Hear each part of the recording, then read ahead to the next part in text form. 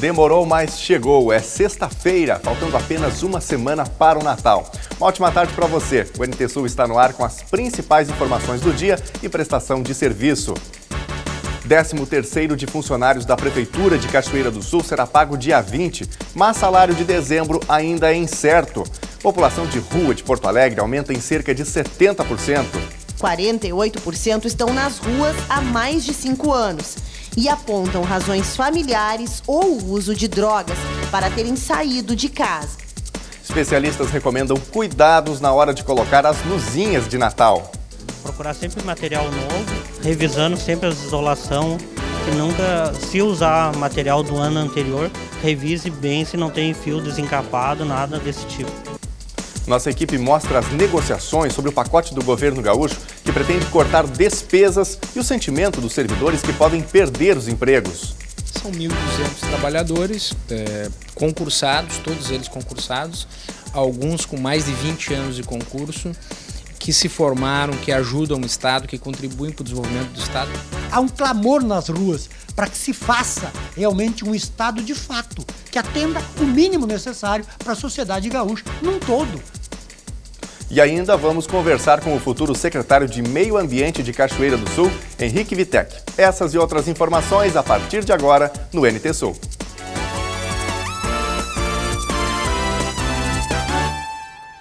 Nessa época do ano, a gente vê casas, parques, praças enfeitados para o Natal. Mas olha, é preciso ter alguns cuidados na hora de colocar aquelas típicas luzinhas de Natal. A repórter Gabriela Belo mostra agora algumas dicas e cuidados que devemos ter. Os enfeites e as luzinhas de Natal dão um colorido especial para a maioria das residências nesta época do ano. Mas é preciso ter bastante cuidado, afinal de contas, se a instalação não for bem feita, pode ter sim um risco de curto. Mas quem vai falar os detalhes é o Mauro Moura, ele que é eletricista e atua aqui em Cachoeira do Sul há 5 anos. Mauro, como instalar, como fazer uma instalação que não possua e não apresente nenhum risco para a residência? Ter cuidado sempre com a rede elétrica, as tomadas compatível, não fazer o uso de T e total cuidado com os objetos que tem no pinheirinho, nada de contato metálico com os fios dos pinheirinhos, ali da iluminação dos pisca-pisca. E na hora de comprar esses equipamentos, na hora de comprar essas luzinhas, procurar que loja? Não posso especificar uma determinada loja, mas sempre o principal cuidado com o certificado de garantia do produto e as especificações ali, e aí fazer as instalações de acordo com o que manda o produto. Como a maioria das pessoas elas querem deixar a casa ainda mais colorida, ainda mais cheia, chamar ainda mais atenção, colocam uma grande quantidade de luzinhas. E para fazer essa ligação é preciso utilizar aqueles chamados e conhecidos T's. Aquilo ali tem risco de causar um curto? Sim, possui risco, sim. Teria que usar uma régua para a quantidade adequada do chicote de iluminação pisca-pisca e assim sempre com esse cuidado, não sobrecarregar para não ter aquecimento e nem derreter fios. E quanto a deixar ligado o pinheirinho, as luzinhas durante toda a noite? Esse cuidado é o único só no consumo, não tem risco ao produto, não vai danificar, não vai gerar curto-circuito quanto a isso. Só mesmo pelo consumo e nada demais. Isso não é problema, pode ligar na noite e desligar no outro dia de manhã, não há problema. E na parte externa, assim, quando acontece de chover, a questão da iluminação pode dar algum risco? Como que a pessoa pode se precaver? Uma das maneiras de se precaver é ter cuidados e não fixar eles em grades metálicas, tenha contato direto com o metal, procurar usar a mangueira, não esse chicote de uso interno, usar o material adequado para uso externo. As mangueiras são uma novidade, que são as mangueiras de LED que você fala. Sim, é o ideal, é o adequado, que não vai gerar problema. Esse é o básico. Não vai gerar um gasto alto, tem bastante, já tem modelos até que não são brasileiros, e que funcionam bem, desde que seja bem instalado. Você tem trabalhado agora nesse período ainda mais com esse tipo de instalação. Se puder deixar alguma dica para quem está assistindo nesse momento, alguma dica rápida de como ligar, como isolar. Uma dica importante, o pessoal tomar cuidado, nunca reutilizar as dos anos anteriores, procurar sempre material novo, revisando sempre as isolação e nunca, se usar material do ano anterior, revise bem se não tem fio desencapado, nada desse tipo. Esses materiais eles não costumam apresentar uma data de validade, mas de um ano para o outro o material vai se ressecando realmente. Devido ao uso que ele tem ali de bastante tempo nessa época, no ano seguinte o material é muito frágil, ele resseca muito, os fiozinhos são muito finos e acabam arrebentando. Não funciona e aí dá o problema. Ter os principais cuidados de não usar AT, não sobrecarregar as tomadas, não deixar exposto a animais que tipo gato, cachorro que vai morder ou vai derrubar, fazer alguma coisa, que isso gera curto e acaba dando e não colocar muito materiais que gere fogo, papéis, coisa pendurada no pinheiro, que se caso dá um curto não vai gerar um estrago grande. Exatamente, não prejudicar a festa de final de ano, afinal de contas é só para enfeitar, é só para deixar a decoração da casa ainda mais bonita. Sim, isso aí. Sempre os principais cuidados com a segurança e com todo o ambiente, não deixar nada que possa gerar algum curto-circuito e acabar estragando tudo. Muito obrigada pelas informações, Mauro. Por nada.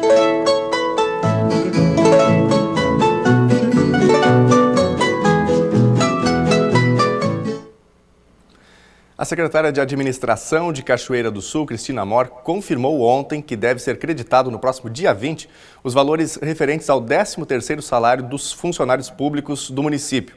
A folha tem um valor líquido de R$ 4.500.000. A dúvida fica por conta da folha de pagamento do mês de dezembro, que, segundo Cristina, depende da confirmação de repasses do governo federal, que ainda não foram creditados na conta do município. R$ 1.900.000 provenientes da multa de repatriação vinda do governo federal devem ser creditados até o dia 29. O valor vai servir para completar o valor da folha do mês de dezembro. Autoridades e convidados especiais participaram na manhã de hoje de uma solenidade especial no 3º Batalhão de Engenharia de Combate.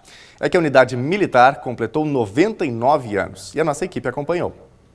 Sexta-feira de festa aqui no 3º Batalhão de Engenharia de Combate Conrado Bittencourt. Afinal de contas, está sendo comemorado hoje 99 anos de criação de uma das unidades militares mais tradicionais de todo o Brasil. Conosco o Tenente Coronel Rosman, comandante do 3º Batalhão. Boa tarde, comandante. Boa tarde, Helena. Boa tarde aos espectadores. É uma satisfação recebê-los aqui hoje. Satisfação é toda nossa, ainda mais nesse dia de festa, né, comandante? O que representa esses 99 anos de atuação do 3º BE? O batalhão é uma referência no Exército em termos de operacionalidade, em termos de equipamento e em termos de qualidade do seu pessoal. Então, o batalhão ele tem uma tradição, uma reputação na engenharia militar brasileira e de cumprimentos de missões das mais importantes, particularmente missões de uma construção de pontes. Então, o batalhão já participou de várias missões importantes, como o Passo do Socorro, no Rio Pelotas, em 1964, onde teve que montar uma ponte para restabelecer o tráfego da rodovia que passava por aquele rio. E mais atualmente temos as operações Jacuí, que já vem ocorrendo já há 3 anos, então esse foi o 3º ano da Operação Jacuí, quando o batalhão bateu sucessivos recordes. Esse ano montamos a maior ponte flutuante já montada na América Latina. Tudo isso para qualificar o contingente e também para manter esta referência, já que em todo o Brasil o 3º BEACOM é tido como uma das unidades militares referências, né, comandante? Isso, e o que comprova isso é que nós recebemos todos os anos alunos de todas as escolas de formação de oficiais e de sargentos do Exército. Então aqui recebemos alunos da Escola de Sargentos das Armas, que formam os 3º sargentos, alunos cadetes da Academia Militar das Agulhas Negras, do Centro de Preparação de Oficiais da Reserva de Porto Alegre, da Escola de Aperfeiçoamento de Oficiais, capitães, sargentos mais antigos da Escola de Aperfeiçoamento de Sargentos, alunos, às vezes, vêm da ICEM, e esse ano recebemos militares dos Estados Unidos e militares do Exército Uruguaio que vieram aprender um pouco de pontes conosco. Então, Então isso comprova a qualidade do pessoal, qualidade da instrução que temos aqui no batalhão. Hoje, completando 99 anos de atividade de existência, comandante, qual o perfil do nosso batalhão em termos de contingente, em termos de equipamento? O que o senhor destacaria?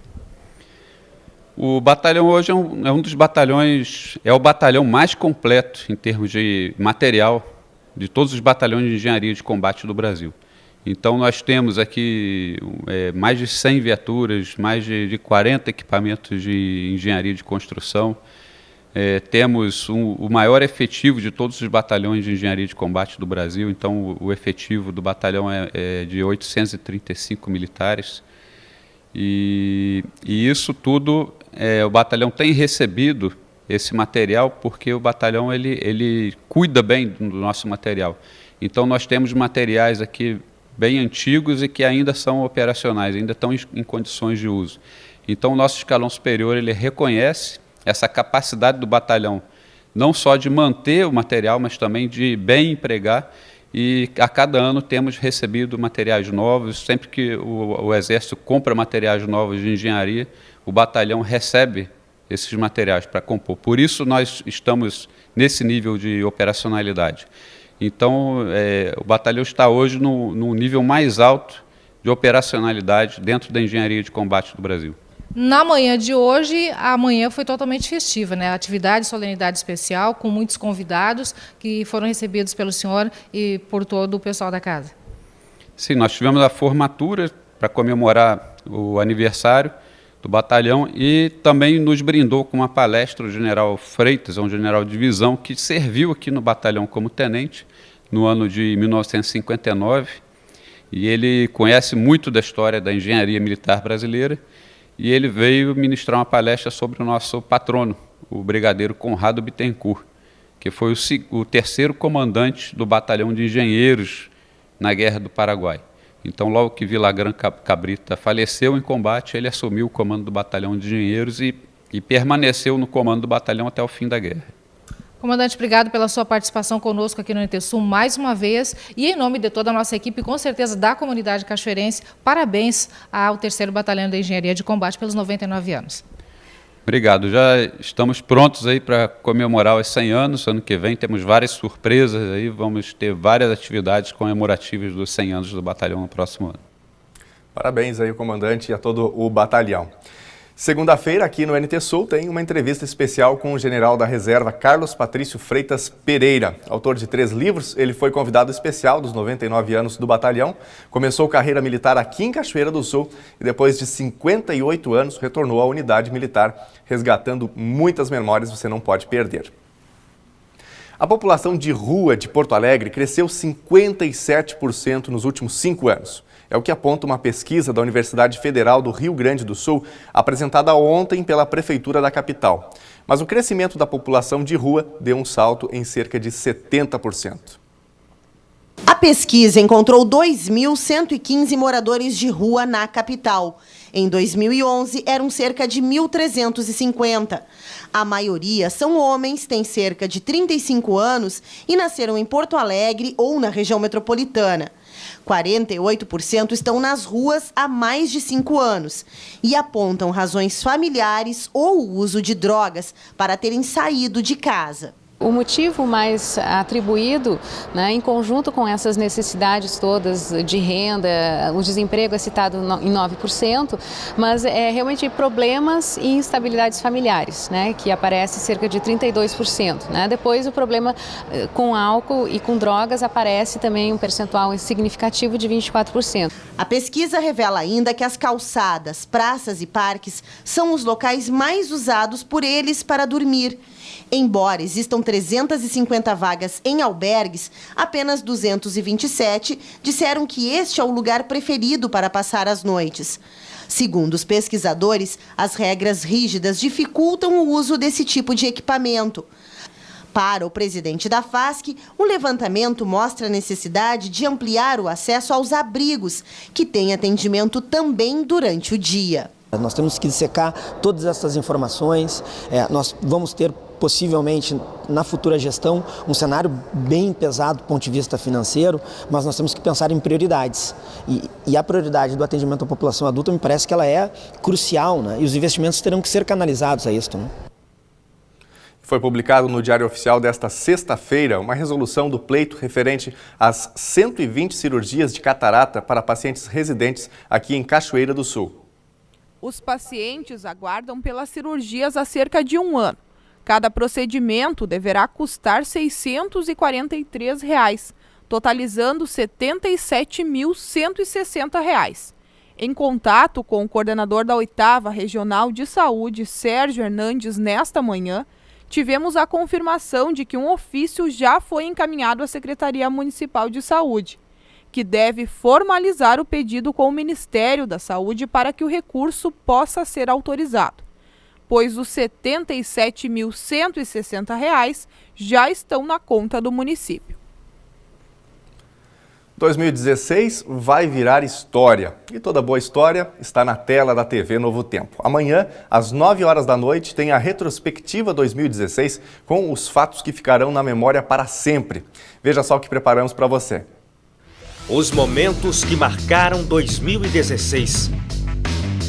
Queda de governo. Dilma Rousseff e Eduardo Cunha perdem os cargos e Michel Temer assume a presidência do país. Donald Trump deixa o mundo em silêncio ao se tornar presidente dos Estados Unidos.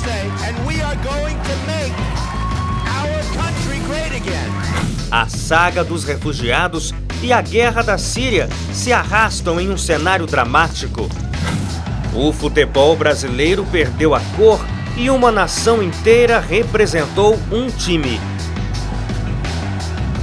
Nós sediamos o maior evento de esportes do planeta e vibramos junto com os atletas. Como vamos nos lembrar deste ano? Você acompanha sábado, 17 de dezembro, às 9 da noite. Retrospectiva 2016. Você não pode perder. Depois do intervalo, aqui no NT Sul, vamos atualizar o caso do deputado gaúcho Mário Jardel, do PSD. O parlamentar pode ser cassado ainda neste ano. O Conselho Municipal do Patrimônio Histórico de Cachoeira do Sul concede certificação a personalidades que se destacam na preservação do patrimônio da cidade. E ainda, nossa equipe mostra as negociações sobre o pacote do governo gaúcho que pretende cortar despesas e o sentimento dos servidores que podem perder os empregos. São 1.200 trabalhadores concursados, todos eles concursados, alguns com mais de 20 anos de concurso, que se formaram, que ajudam o Estado, que contribuem para o desenvolvimento do Estado.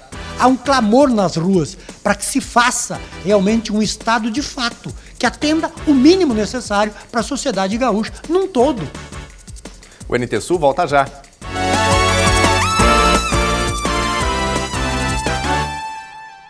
A Comissão de Constituição e Justiça da Assembleia Legislativa Gaúcha aprovou ontem relatório que considera constitucional projeto que recomenda a cassação do mandato do deputado Mário Jardel, do PSD.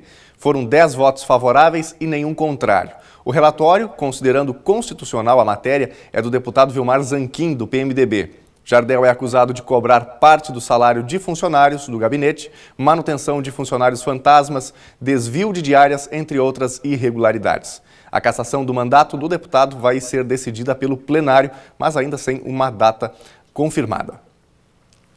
E o Conselho Municipal do Patrimônio Histórico e Cultural aqui de Cachoeira do Sul concedeu ontem certificação especial a 2 personalidades que se destacaram na liderança de ações de preservação de espaços urbanos durante o ano. Foi uma cerimônia íntima que reuniu e teve como convidados familiares e amigos dos 2 homenageados e que, mesmo assim, lotou o hall de entrada do Arquivo Histórico Municipal. Os arquitetos Osin Schroeder e Elizabeth Thompson são voluntários que participam ativamente do movimento e de iniciativas alusivas ao preservacionismo histórico já há muitos anos. Mas foi a partir da queda de uma das cabeceiras da Ponte de Pedra que eles iniciaram um movimento que resultou no surgimento do grupo Pró-Restauração da Ponte de Pedra. O grupo informal conquistou adesões e parcerias que resultaram em um trabalho sequencial pela recuperação de espaços públicos degradados. O prédio do Paço Municipal foi a segunda encampação.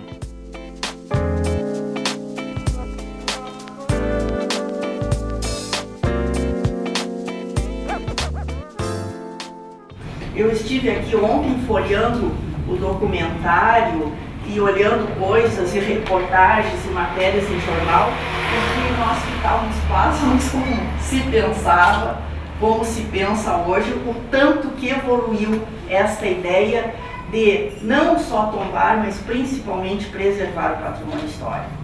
E se a Ione disse que aqui nós temos duas pessoas que neste dezembro já foram homenageadas, uma delas está sendo homenageada a segunda vez, que é o caso da Beth. Ela já recebeu esse diploma em ocasiões anteriores pelo trabalho dedicado e intenso que ela teve quanto aos 2 cinemas. Desde 1982, o diploma do Patrimônio Histórico Cultural é concedido pelo COMPAC como forma de destacar e reconhecer a ação de pessoas e entidades que promovem iniciativas de cuidados e preservação. Os certificados foram entregues pelo prefeito Neron Viegas e pelo presidente da Câmara de Vereadores, Homero Tatti. Os homenageados compartilharam e dedicaram a homenagem a todos os parceiros de jornada. Nós estamos muito felizes e agradeço a todos que ajudaram, gente. Eu sou uma pequena formiga desse exército que trabalhou ali. E assim, tem muita coisa para fazer, né? Isso nos estimula muito ser reconhecido pelos nossos melhores amigos, pelas pessoas que nós mais admiramos na cidade, estão aqui hoje, então isso é um incentivo, porque tem muita coisa para fazer, né, gente? Quero agradecer ao COMPAC, agradecer à Prefeitura, né, essa distinção, né? Acho que isso é muito importante.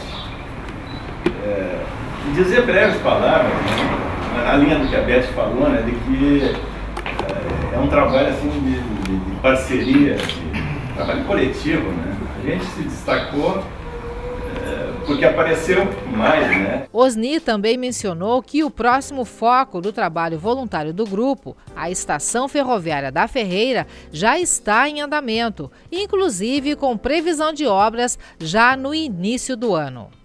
E a etapa de obras mesmo, nós pensamos começar pela parte que tem 2 pavimentos, né? É o menor telhado, que encontra-se assim, em situação muito perigosa, inclusive.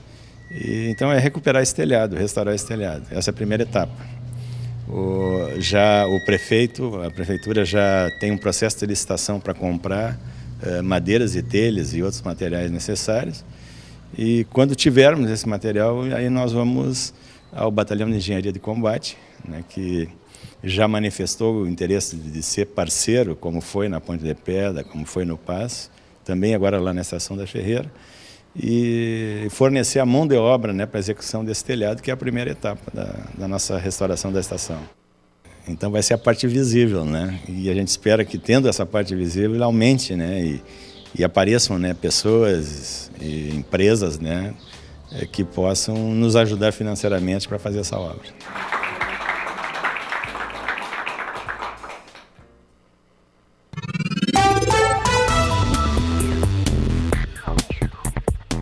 Em Cachoeira do Sul, a sexta-feira é de sol com nuvens, sem previsão de chuva. As temperaturas ficam entre 15 e 29 graus. O sábado também será de sol com aumento de nuvens pela manhã. Podem ocorrer pancadas de chuva à tarde e à noite. As temperaturas ficam entre 21 e 33 graus. No domingo, o dia também será de sol com aumento de nuvens pela manhã e pode chover durante a tarde e a noite. Mínima de 23 e máxima de 34 graus. Confira no mapa como fica o tempo hoje. Uma massa de ar seco permanece sobre o Rio Grande do Sul e proporciona outro dia com tempo ensolarado no estado, com temperaturas máximas acima dos 30 graus em quase todo o estado. O céu permanece claro e aberto em quase todas as regiões do Rio Grande do Sul. Na capital, Porto Alegre, a máxima prevista é de 31 graus. Em Uruguaiana, na fronteira oeste, 33 graus. Em Passo Fundo, no norte do estado, 29. E em Santa Maria, na região central, 31. Para o litoral norte, Tramandaí e Torres, 26 graus. E em Pelotas e Rio Grande, no sul do estado, 29 graus.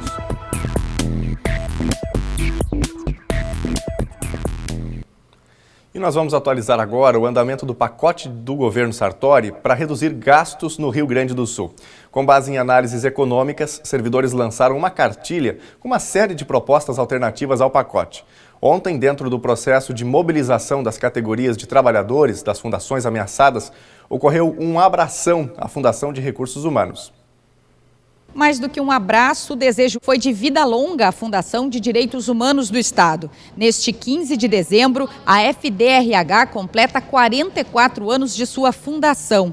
Por isso, funcionários desta e de outras fundações e autarquias que estão na lista de extinção do pacote do governo Sartori se reuniram em frente ao prédio da Avenida Praia de Belas, que abrigou a FDRH até a permuta do imóvel pelo governo do estado com uma rede de supermercados para a construção em 2 anos de uma casa prisional em local ainda não divulgado.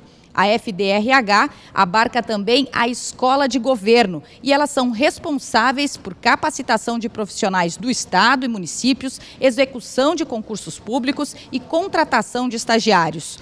O evento teve o apoio das entidades, estudantes e deputados contrários à extinção.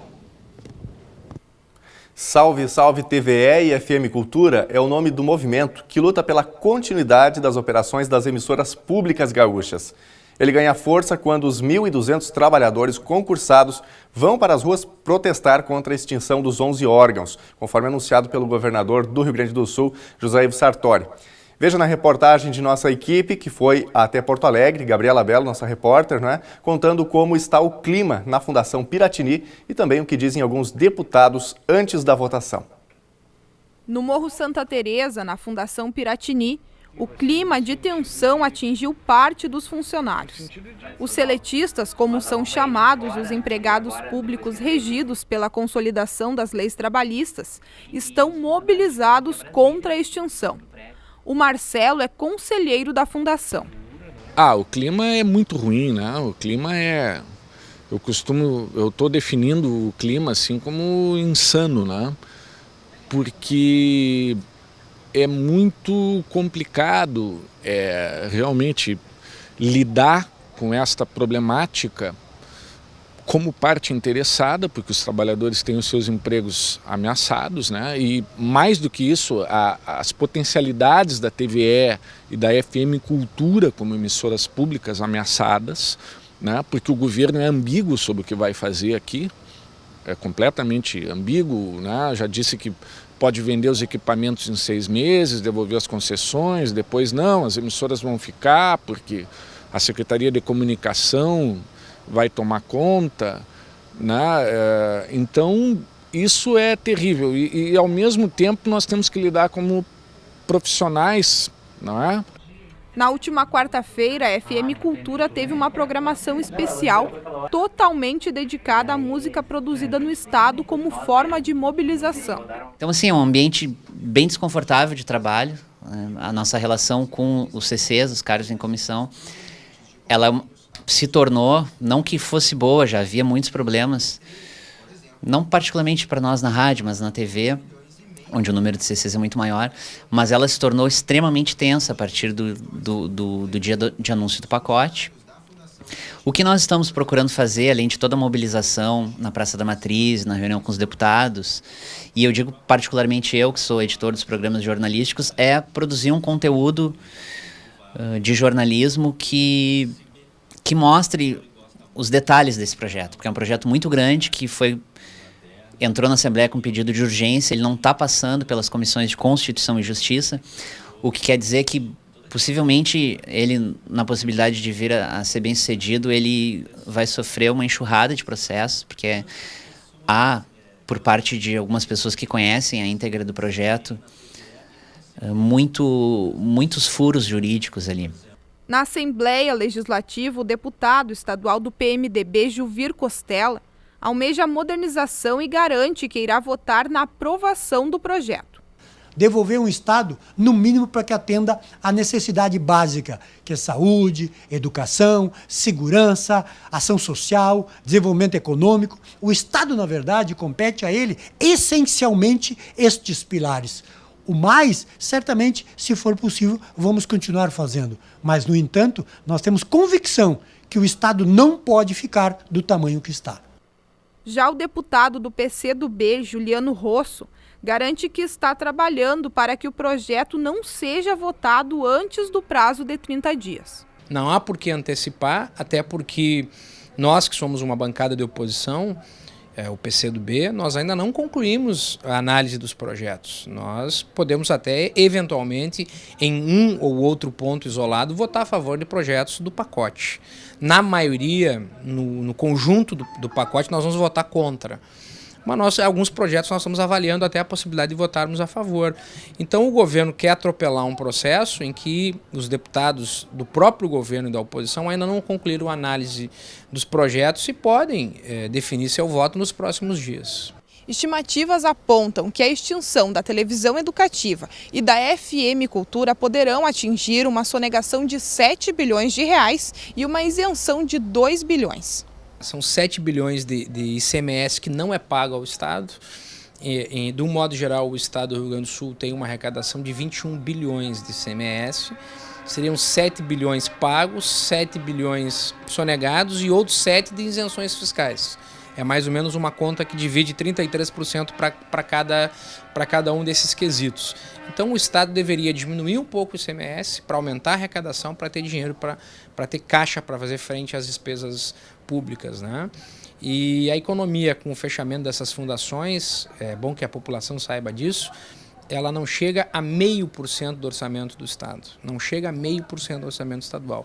Por isso que eu estou dizendo, é um pacote insuficiente, é muito mais para dizer para a sociedade que está diminuindo o tamanho do Estado, mas a grande verdade é que o governo Sartori não tem um projeto. Vocês estão ouvindo agora aqui o buzinaço, que é diário aqui na frente do Palácio Piratini, e o governo Sartori não tem um projeto econômico para o Estado do Rio Grande do Sul. Os manifestantes contrários ao pacote de reestruturação levam faixas, cartazes e usam camisetas com palavras e frases de apelo. Apitos e buzinas chamam a atenção de quem passa pelo plenário. A extinção da FEPAGRO, ela compromete uma parte significativa para o estado do Rio Grande do Sul, que é um estado agrícola, onde 40% do PIB vem da produção agropecuária.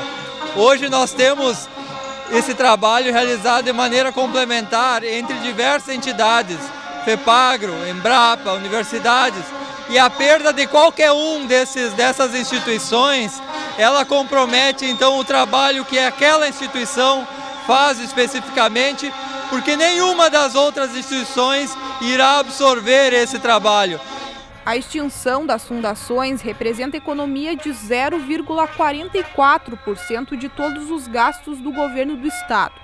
A Fundação Piratini, por exemplo, corresponde a 0,08% deste percentual. Enfim, a gente está falando da importância da comunicação pública, do desastre que seria a extinção dos veículos da Fundação Piratini para o mercado de trabalho das artes, né, dos músicos, escritores, oficineiros, atores, diretores, a própria imprensa que trabalha diretamente, né, com a divulgação dos artistas, promotores de shows. A nossa defesa se faz também no sentido de que a comunicação pública ela não é propriedade de nenhum campo político.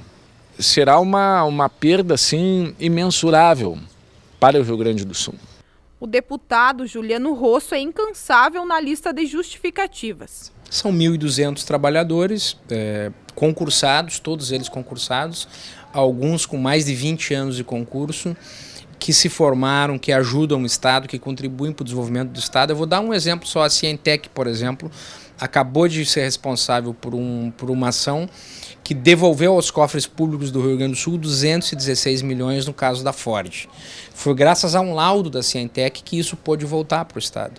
A Cientec também atua em laudos na questão do leite, da qualidade do leite, da qualidade do combustível, combatendo fraudes nessas áreas. Quer dizer, os Coredes e as prefeituras funcionam, e as empresas privadas também, com base das pesquisas feitas pela FEE.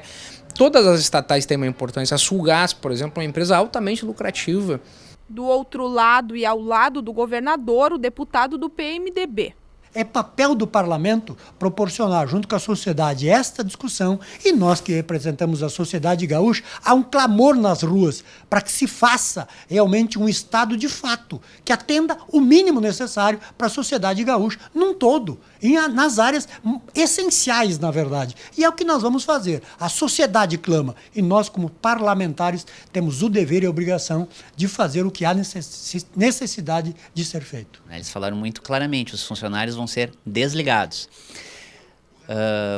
O que vai acontecer com os CCs? Olha, eu acho que se houvesse coerência, todos os CCs teriam, dessas fundações que o governo quer extinguir, deveriam ter colocado seus cargos à disposição no mesmo dia do anúncio do pacote, né? Porque se são fundações que vão desaparecer e o governo quer desaparecer, quer que elas desapareçam, então nós que estamos ligados ao governo deveríamos colocar o nosso cargo à disposição. Não aconteceu, né? Os CCs continuam todos nas fundações. Muito complicado, é um pesadelo real, eu diria.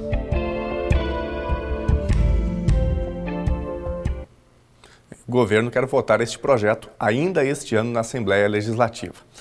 A Secretaria da Segurança Pública Gaúcha assinou a contratação de empresa especializada para realizar o concurso público da Superintendência de Serviços Penitenciários, a SUSEP. Serão 620 vagas e cadastro de reserva para o cargo de agente penitenciário e 100 vagas para agente penitenciário administrativo. A medida integra a segunda fase do Plano Estadual de Segurança Pública, com o objetivo de reestruturar o sistema penitenciário gaúcho. Entre as iniciativas apresentadas estão o chamamento dos aprovados no último concurso da Brigada Militar e também da Polícia Civil e a realização de concursos para a SUSEP e o Instituto Geral de Perícias. O NT Sul vai para uma rápida pausa. Na volta, nós vamos conversar com o futuro secretário de Meio Ambiente de Cachoeira do Sul, Henrique Vitek. Vamos falar sobre a paisagem urbana da cidade, conservação de praças, abandono de animais e outros assuntos. O NT Sul volta já.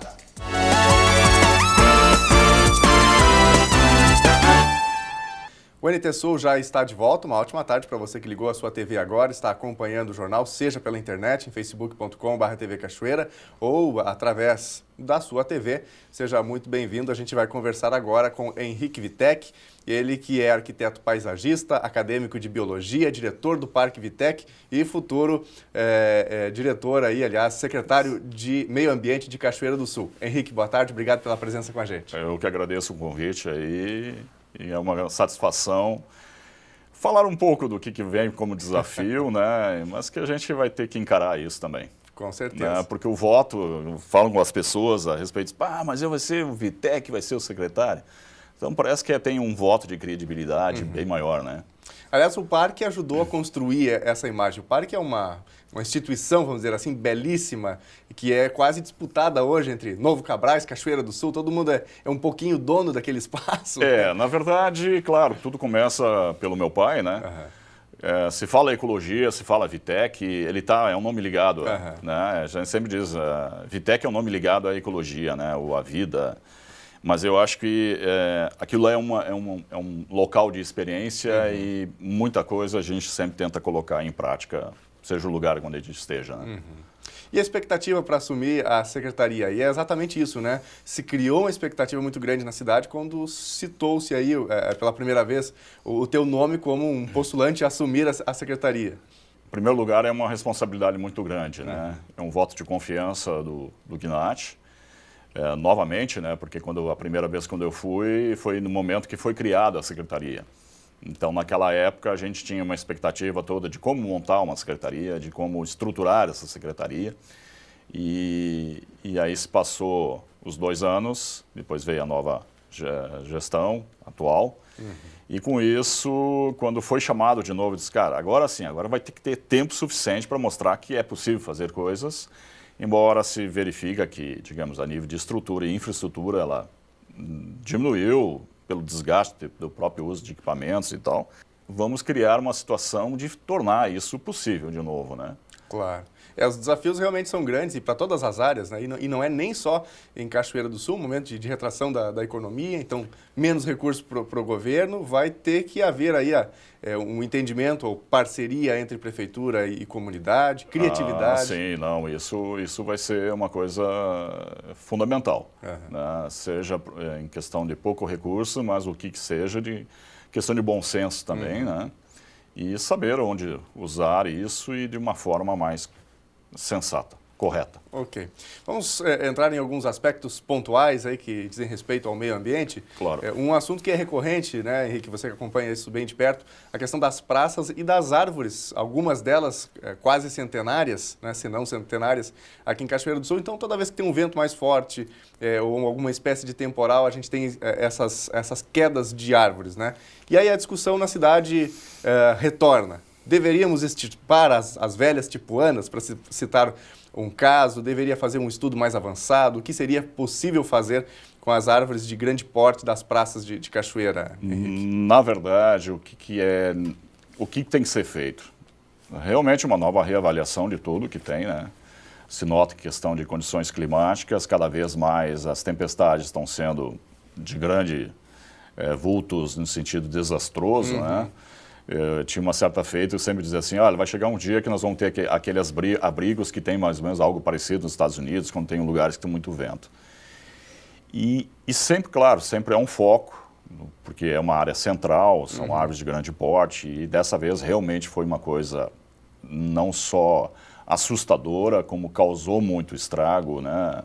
Na própria área onde minha mãe mora, onde a gente mora, ficou 3 dias sem luz e tal.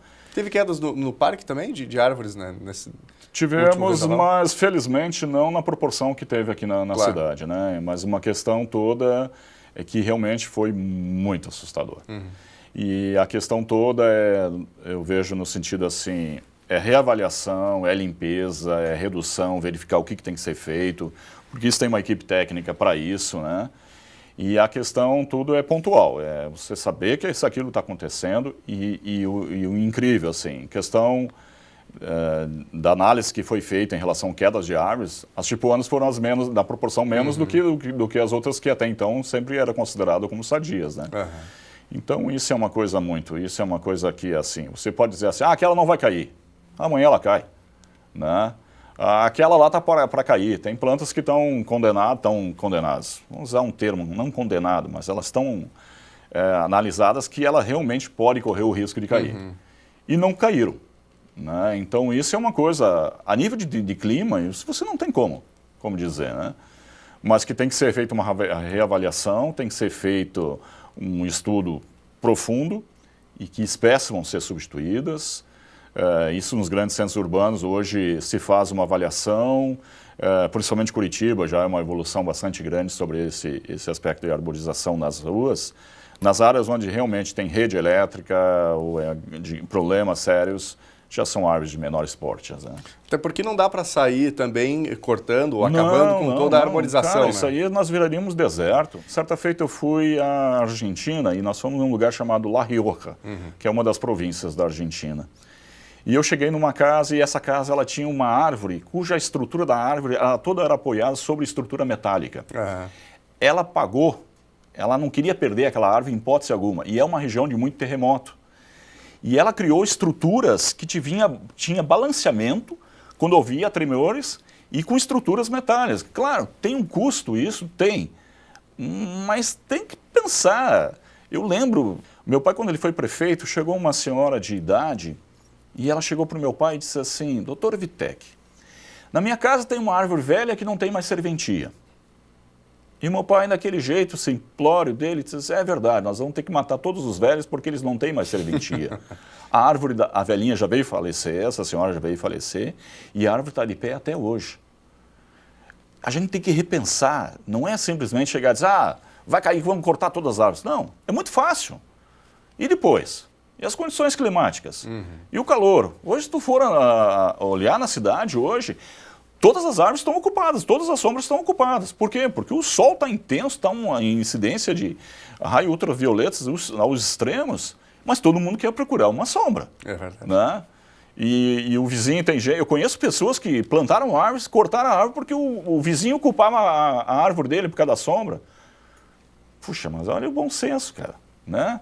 Então, eu acho que... Mas ela vai ter que ser feita realmente uma análise já de imediato, assim, fazer toda uma limpeza, porque tem muito aquele tipo cipó, que é tipo uma erva de passarinho também.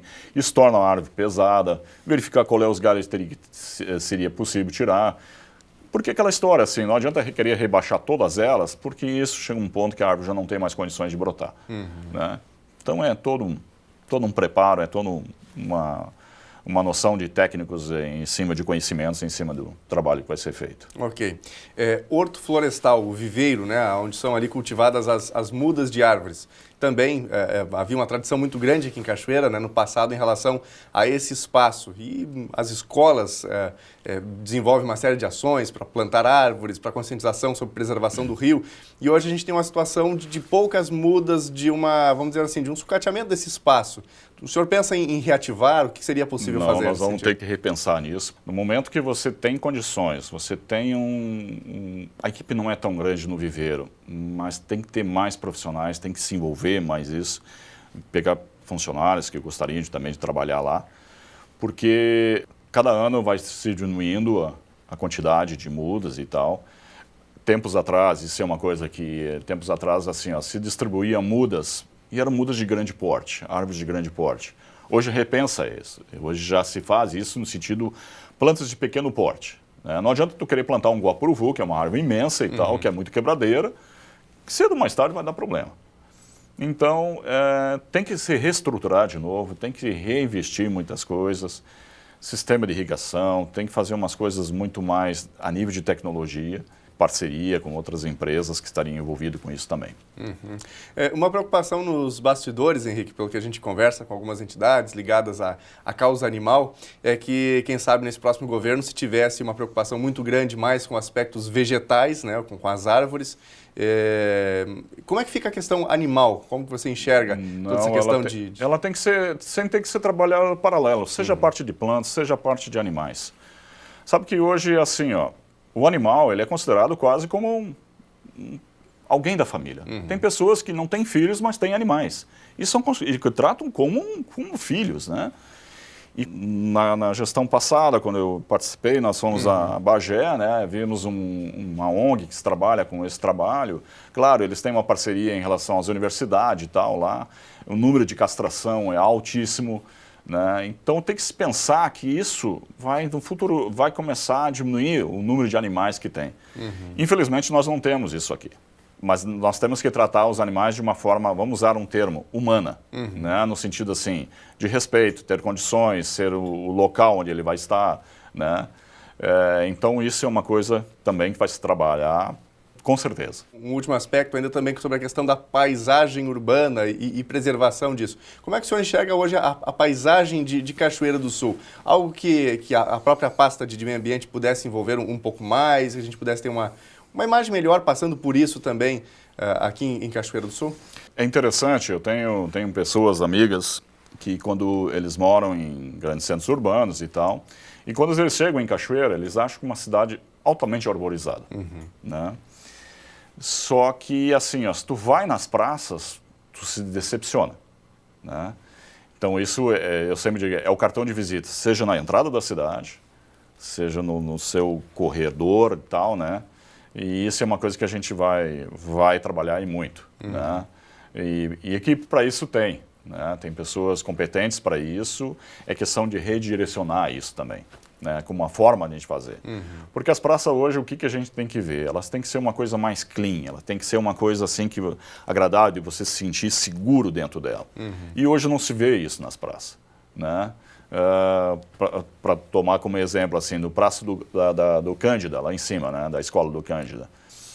Ali tem uma planta que a gente chama de pingo de ouro. Né? Até então, quando a gente assumiu na outra gestão, nós tínhamos ele sempre baixinho. Então aquilo era uma coisa assim que você se sentia agradável, pelo menos um pouco mais, não tão como...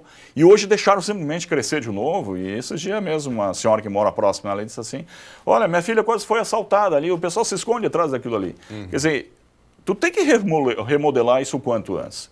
Tu tem que chegar, o cara tem que chegar numa praça e dizer, olha que bonito, vamos. Só que a comunidade também tem que proteger isso. Né? Se tu vê isso em Nova Petrópolis, tu vê isso... Eu lembro assim, uma vez, o meu pai foi para... tinha imagens da Europa, né? Até então, naquela época ele não tinha ido ainda. A gente sempre diz assim, puxa, as praças têm flores. Nós temos flores agora, né? Mas são em alguns pontos. E a população, digamos, tanto na Europa, chegou a um ponto, Gramado, Canela e tal. Se tu for a Candelária também, a comunidade participa, elas ajudam, elas são fiscais, elas têm a forma de... E tinha uma época, eu me lembro, quando o pai foi prefeito, se trabalhava assim com as escolas. Quando ia montar um jardim dentro de uma praça, eles convidavam o pessoal da escola, os alunos, né, desde o jardim de infância até uma faixa etária. E as crianças viram fiscais isso. Então isso tem que se trabalhar também. Tu tem que envolver a comunidade.